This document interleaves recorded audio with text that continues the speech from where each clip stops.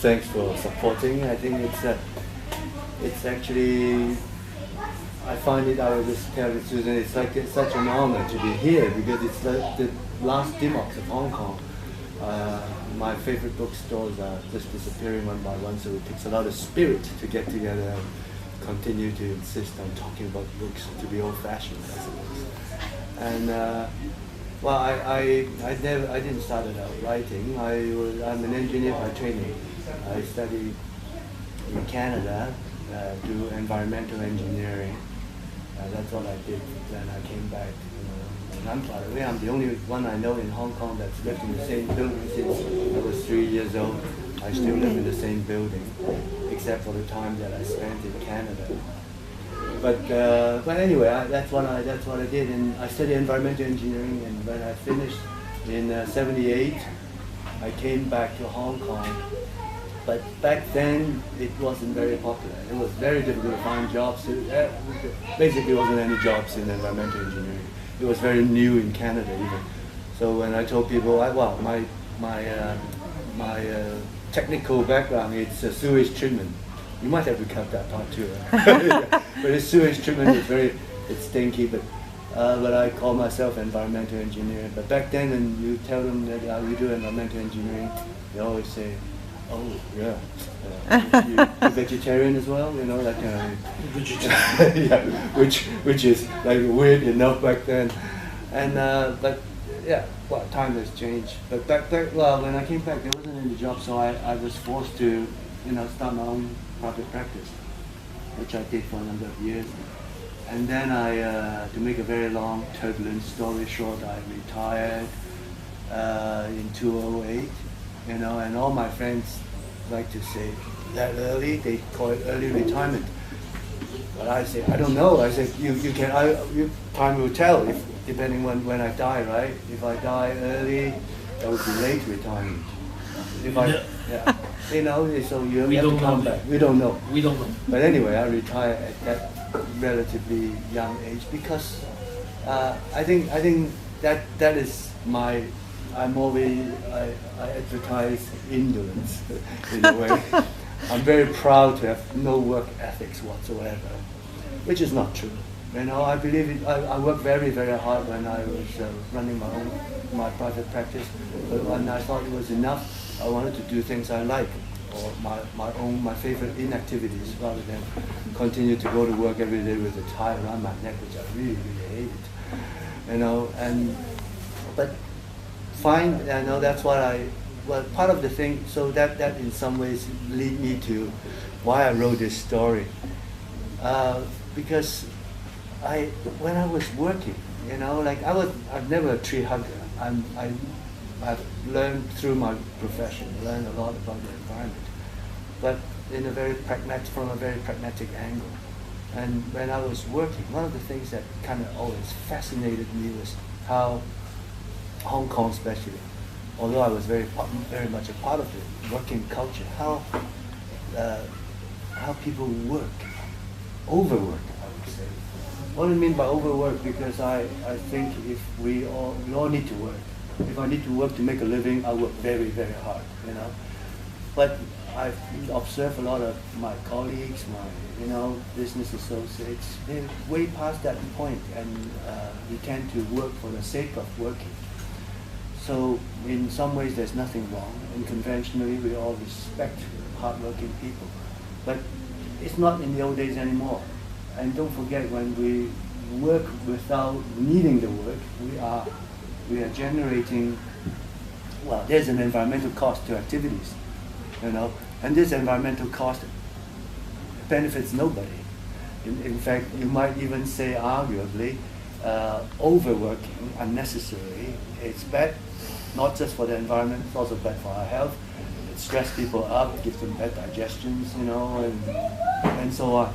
So when I zoom out and I see the whole world is like that, is that something wrong? It was just a question to myself. And I also realized that a lot of the things we do, nobody seems to notice, and in some ways it's like, nobody cares.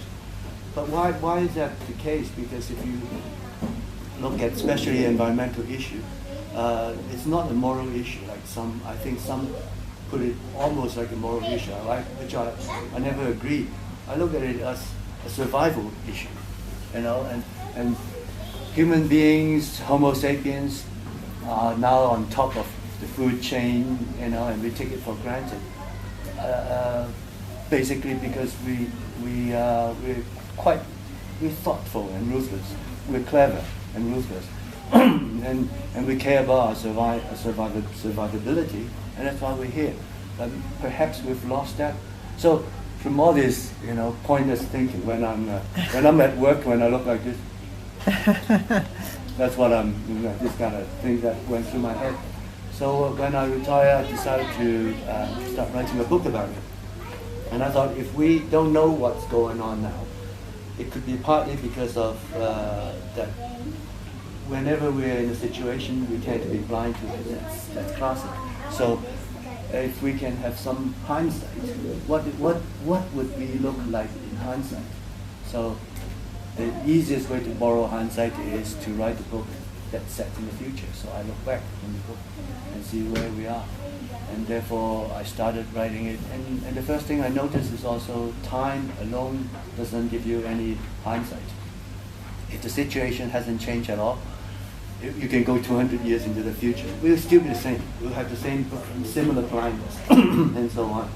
And it's important that the situation changes, and that whenever the situation changes, it forces people to look at what did we do wrong, or why are we here, and so on.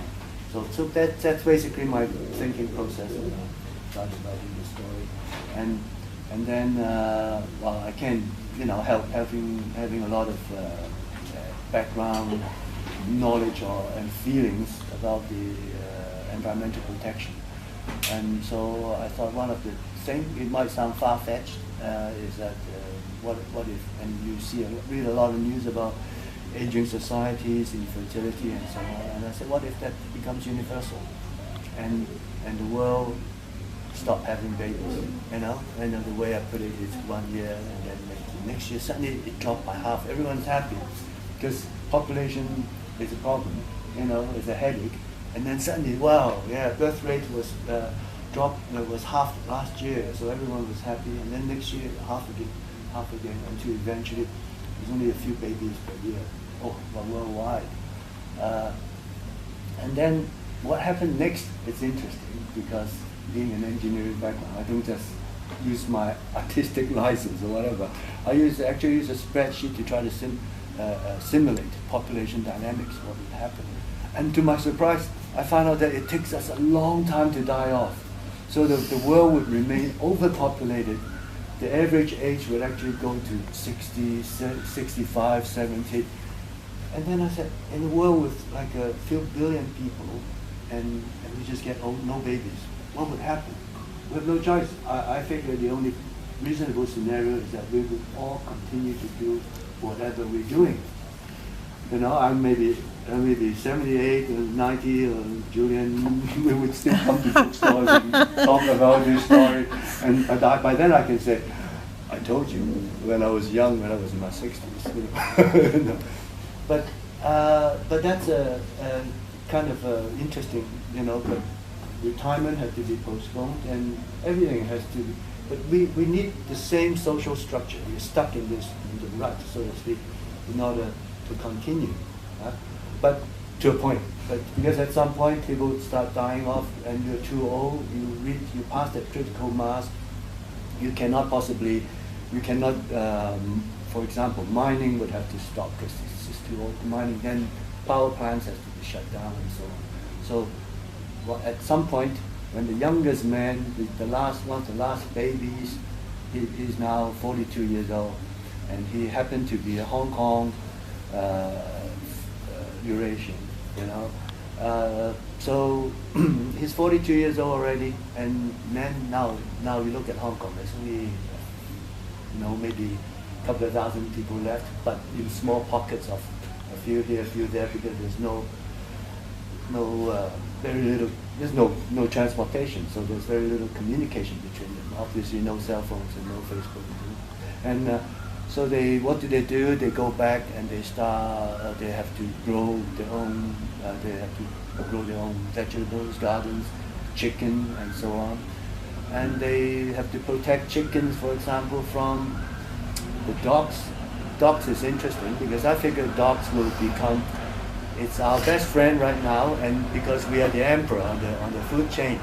But at some point, you think about it, dogs will be the first one to question. Exactly, to be fair and question our indisputable, we don't have sharp teeth and so on. So dogs become, they're trying to see whether they can be masters more than above us, and for very reasonable. And you think about all these, what I call them postmodern savages, they live in Hong Kong, effectively like cavemen, but very different from our Stone Age ancestors, because we have knowledge that makes a big difference. We know how to survive, and we have a lot of infrastructure. You can live in the nicest house on the peak. You can take over Discovery Bay. We can just take turns being the king of Discovery Bay and so on. 7-Eleven's all yours. And interestingly, a lot of the alcohol, especially, a lot of the drinks, they don't go bad. So imagine you might have 15 people living in Discovery Bay, and with all the, do a bit of farming, and with all the variables, they just sit around and start chit-chatting. So I created these characters that they have opposing views, but in our world they probably wouldn't talk to each other, because one is extreme left, one is extreme right. But in the future, they don't have much choice, and they discover each other to be good friends. So like the apocalyptic setting is almost utopic. In some ways, yes. I was saying, people say, is that dystopian? I said, it really depends on what you think. Imagine a few guys having an expired beer in Discovery Bay. You look up, you see the Milky Way, you see all the stars you can. You look out the harbor, there'll be dolphins, diving in and out. You would see the bottom probably outside the pier. The air is fresh, sweet almost.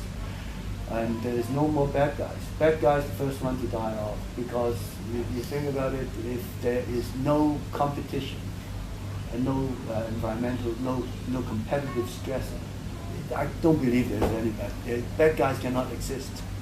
They only exist when there's competitive stress, and there's reason to be greedy and to be stupid.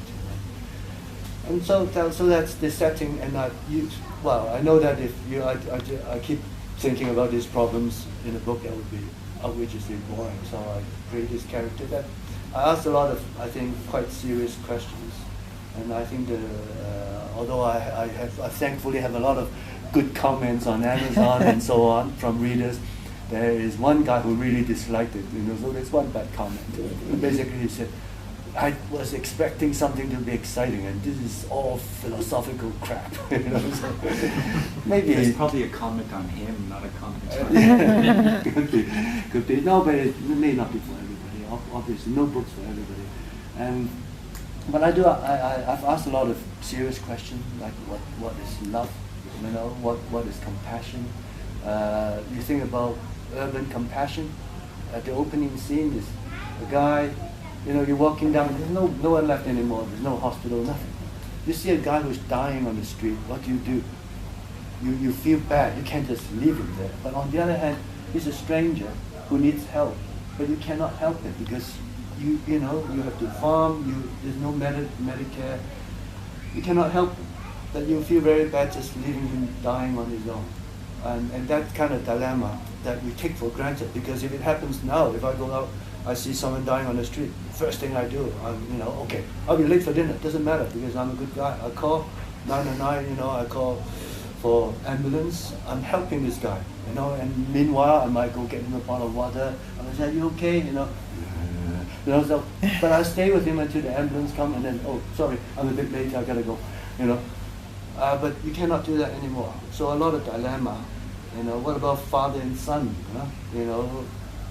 under that situation, when you are facing illnesses, you're facing possible imminent death, do you want your son to take care of you? Because you know he cannot afford to, and so on. But anyway, I asked a lot of these questions, and I try to, the answer comes through in a comical or ridiculous manner, just to make it fun, and leave it also because I know there's no one answer, so I leave it up to the reader to just sort of, you know, trigger a thinking process. And from there, we look back and see how we live, and a lot of things we take for granted, and hopefully people won't find that dystopian, rather than thought-provoking, rather than dystopian. I think that's about it, you know. And I think there's just a few friends here who want to ask any question, want to provoke me into thinking differently, and so on. Did you have an intended or an ideal audience when you wrote it, or does one not do that and just write? I didn't have an ideal audience. No, I think that I never expected it to be a thriller that would attract a very big audience. You know, and in fact, it's last much longer than I expected. With a good work of Julian, you know, you need a tenacious spirit to keep books going these days. I think I've got the right part in here. That's very kind. And like, I always wonder about environmental engineers. I always kind of see environmental engineering as like the corrective to engineering. You know, every kind of engineering innovation causes two other problems, and environmental engineering tries to like fix. So was it cathartic for you to write this? I mean, I don't know. I would just be, if I was an environmental engineer, I'd be even more angry than I am now when I see like wasted resources and misdirected funds and just the way the world operates. You know, I'm constantly, and maybe this is more a comment on me, I guess. I'm constantly kind of judging people for, you know, how they use social space or how they use resources. So you writing a text like this, does that enable you to like let go of that, or did you not have that feeling before? Actually I do let go of that. Good question, you know. Yeah, but my feeling, I don't look at myself as an environmentalist in a sense. Like I say, I take a very pragmatic angle. This is survival. We're doing something very stupid, and doubly stupid because it's benefiting nobody.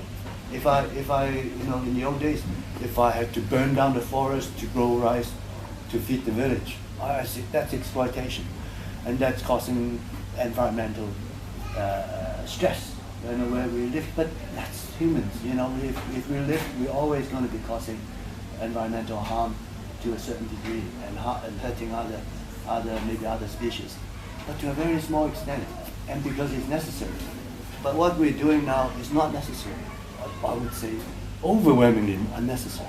So, and we are not, like I say jokingly, we're not even benefiting ourselves. We make ourselves fat and lazy and stressed and so on, and hurt the future in the meantime. So that's number one question. And related to your comment. And number two, it's even more relevant, is when I was an environmental engineer, which is a business person also, because I need projects and so on. I see so much. I don't know whether I should call it hypocrisy, because a lot of times it's unintended, but that's the way the world functions now. And the issues we face are very complex, and yet at the same time, we take a more simple-minded approach, because the complex approach has no audience. It's boring, and a lot of the politicians now are not leaders, like whatever this nasty Homo sapiens used to be for thousands of years. Now they are, in many ways, almost officially, they're followers, because they just say, what you guys want to do? I'll deliver. I'll try to deliver. And then next thing you find that he's also a liar because he cannot deliver. But that's another issue. But we have such a complex challenge to the long-term well-being of Homo sapiens. At the same time, we have used a very simple-minded populist approach, and no one, I know everyone just spent time talking about it. I'll give you one example.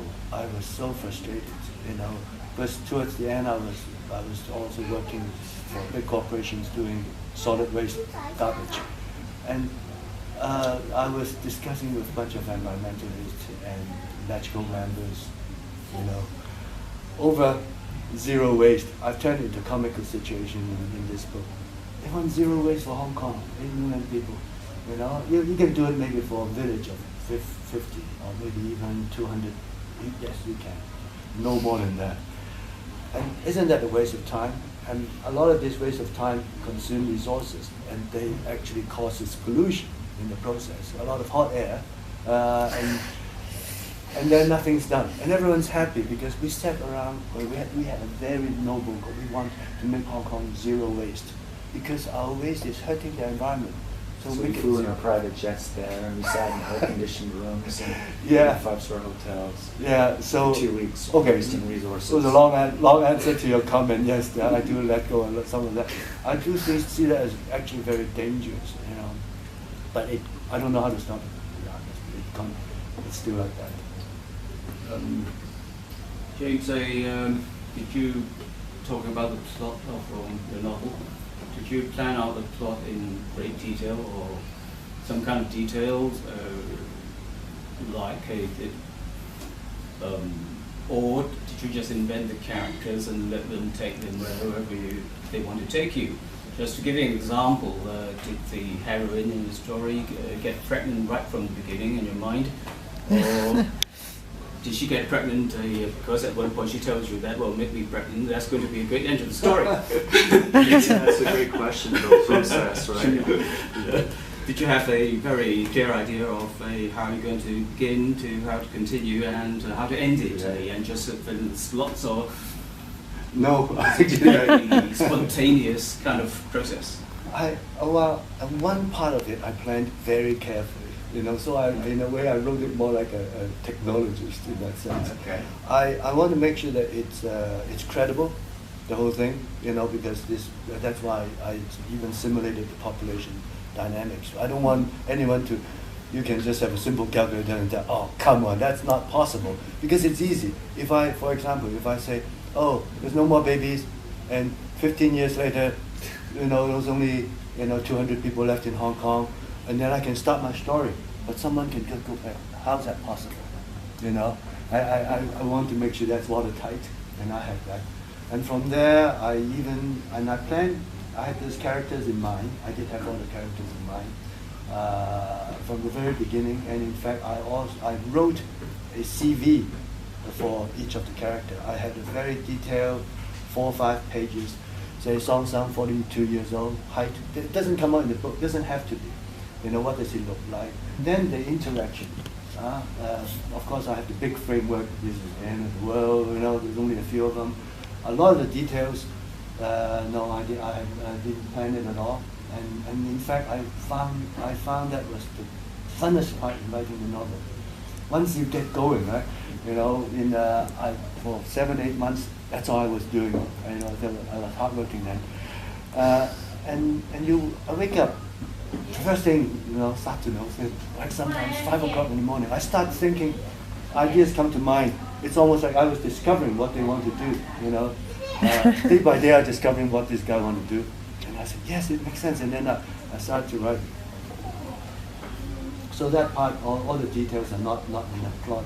And because it's not, my plot is thematic and, you know, almost environmental. Rather than in the pregnancy. Yeah, the pregnancy. No, the pregnancy. That was a good pregnancy. Yeah, it was a discovery. It was a discovery. You know. Didn't plan it. No, I didn't plan it in the beginning. In the beginning, it was almost okay. It's just the scene, and then it sort of dies out. But towards the end, it became yeah. So there was hope, and I honestly wasn't. What about other, speaking of influences, you know, it makes me think of this film called Children of Men, where the babies disappear, and it's starring Clive Owen, who refused the James Bond role to do this film. Yeah. And it's about people not having babies anymore, and finally they have to secure a baby, and there's a baby born at the very end. I've browsed through it after I wrote the book, and you said that's also about baby, but it's very, very different story. Yeah, it is. But I mean, there's that grapes of wrath conceit is there, right? And I was thinking too of, like, there's an urban theorist from California named Mike Davis who charts like what Las Vegas would be like 100 years after people left it, with like trees growing back and animals running through the city, like that kind of stuff, and like, or other like utopian satires, like other kind of influences that you thought of when you're writing the text. Not those end time Not influences. apocalyptic text. No, but there was one book that actually, because I had the idea about creating this scenario and then have characters discuss a lot of the questions I have in mind, and I was very aware that in order to do that kind of a discussion book, idea book, I have to make it interesting. It has to be comical, or at least kind of amusing. Without being didactic. Without being didactic, exactly. Yeah. So that I was very aware of that, and then I said, but still, it's a discussion book. Then I remember one book encouraged me a lot. It was another one of my favorite books, which I think very few people would like. It's Thomas Mann's Magic Mountain. Yeah, I love that. You love it? The 800-page novel. It's so great. It's so great. It's difficult and long, but wonderful. Oh yeah, I thought I'd never meet someone else who really liked it. I really love that book. Well, but if Thomas Mann can write a book like that with all this really philosophical musing on top of the mountain where people are suffering from consumption and whatever, I can write a book and make it more, at least a bit more amusing than Thomas Mann's German attitude. So I said, okay, I'll try that. I have never read my own writing because I happen to think that most writers are not good readers, and reading and writing are two different talents, skills. But I know that I cannot avoid it all the time, so I selected two passages and tried to read it. I have to practice it, and I think it gives a glimpse of how I try to portray the world, the Hong Kong in this post-savage era. So this is how Robinson Row, part of it, would look like through these two paragraphs. The covered footbridge once served as a concourse to disperse peak hour pedestrians regurgitated by one of the longest escalator systems in the world. Things were measured against each other to see which was the longest, fastest, tallest, biggest, or most expensive. Each morning, the longest elevator carried mid-level residents, middle class and middle-aged, at high performance RPM down to Central. In the evening, clunk, clunk, clunk, the mechanical drudgery would be reversed to haul them back up, fully stressed. Another day's work done. Primetime TV ahead. The elevated concourse straddles the main artery Robinson Road. Ma converted it into his home and vegetable garden nearly 10 years ago. He keeps chicken in the penthouse of an adjacent building and lives out there himself. It's open, but shielded by the stone wall and a few buildings positioned like protective giant screens. There's a thick layer of natural deposits at street level, but the soil is too grainy and unstable. The road drains have either collapsed or clogged, turning Robinson Road into a mini river when there is a downpour.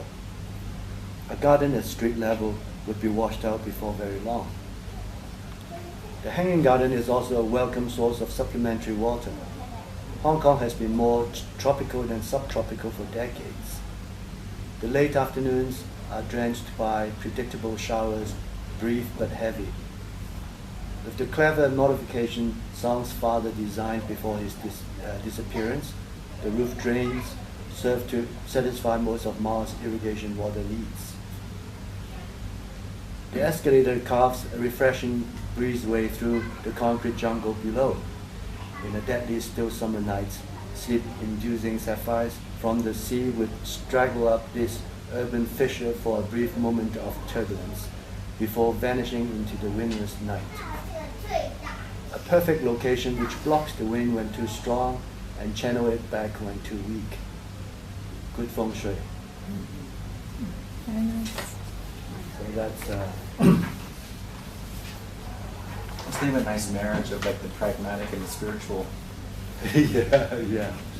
which I guess is why it's called the Taoist. Yeah. And he's a very pragmatic spiritualist, actually. Yeah, like religious Taoism and philosophical Taoism, which feng shui. And how about your word choices? You use a thesaurus and you accessibly edit, or does it come out like that? I'd say I wrote the story itself very quickly. I said relatively quickly. 7-8 months, it's all done. And I spend the next year or two editing it, rewriting it. Yeah. And then I would notice repetition or something. So then I would try to find alternative ways of expressing it, and then I would use the thesaurus. And also I exercise a bit of discipline. I try to keep it a habit almost to now. Whatever I've written, the ideas are there, and then I leave it for a couple of days to age. Yeah, and then I come back. When I come back, I target. I remove 30%. I trim it by 30% minimum, because I find that whenever I look back, it's always too wordy. So I maybe I don't need to. Maybe even 40 at the beginning, but maybe I don't need to trim it so much anymore because I'm slightly more experienced. Slightly more experienced, but still trimming, to me, it's a very necessary discipline. I tell you that you could have improved it by increasing it. Pages. I know at the different, but he's a literature specialist, right? He's a professional. But he said that my book should be thicker. He said there's a lot more in there. That's a great compliment. Yeah, it is. Usually people want the books trimmed. I actually trim a lot. If you're inspired by or the Magic Mountain, I mean, which is such a thick brick, right? I think he could have trimmed it by half. Although I enjoy every page of it, but still, and the way he wrote in his old-fashioned English, just how you can take up to 4 or 5 lines, So, fishes have a memory of only a few seconds. John could not remember where he heard that. He had read that. Bullshit, he thought, as he watched the flurry of activities around the sunken barge. The supposedly forgetful creature evidently recognized his looming silhouette and associated it with a tiny shower of ancient crumbs. They were warming up their fins and jaws for the imminent contest. John was sitting on his bollard at Queen's Pier. He came here each morning after the run to read, feed the fish, and then drop a line when lunchtime neared. When he did not feel like fishing, he would daydream or give the bollard a coat of paint. It was the only object in all of Central that still gleamed with artificial vanity. 50 meters away was City Hall, a few ugly square blocks from the 1960s. It escaped redevelopment because by the time conservation had become belatedly fashionable in Hong Kong, most old buildings had been dumped into the harbor to make land. Having survived the process of elimination, the City Hall became a classic by default. That things have faded too. John now stored his fishing tackles at the reception hall. The harbor, once a receiving body of millions of toilets, was crispy blue, teeming with wide-eyed and unsuspecting life. A colorful fish called green coats was John's favorite. It had a parrot-like beak adapted to crack sea urchins and silky smooth flesh under flamboyant turquoise scales. Postmodern fish may not be forgetful, but they sure were dumb, ready to bite at anything. A piece of yarn or a strip of plastic would make good baits. Like the trawlers that used to scrape the harbor's barren floor a few times daily, fish had become similarly plentiful, desperate, and stupid. There was, after all, an advantage in being an endangered species yourself while other edible ones thrived. He dropped the last handful of crumbs and rubbed his hands. The fish leapt for them, making slippery flip-flop sounds. They remind John of the stock exchange floor, with brokers bumping around like pinballs. John found the submarine bustle hypnotic like campfire. he could watch for hours. A giant shadow flitted past. The bargefish vanished instantly as if by magic, then reappeared just as fast. So fast that John was unsure if anything had happened at all. A giant fish, momentary blackout, shadow of a huge bird. He looked up. A few kites glided haughtily by, looking down at the world, searching for rats. None of these. He looked out towards the sea and caught the blinding reflection of the morning sun. Then the shadows returned. This time they surfaced and splashed. Oh! A pod of dolphins leaped about 30 meters ahead. Chinese white dolphins, pink in color. Before he recovered from the shock, they had circled back. 5, perhaps 6, 7. They jumped and dived in perfect synchronization, clicking, squealing. They're so happy, he murmured. So, thank you for listening.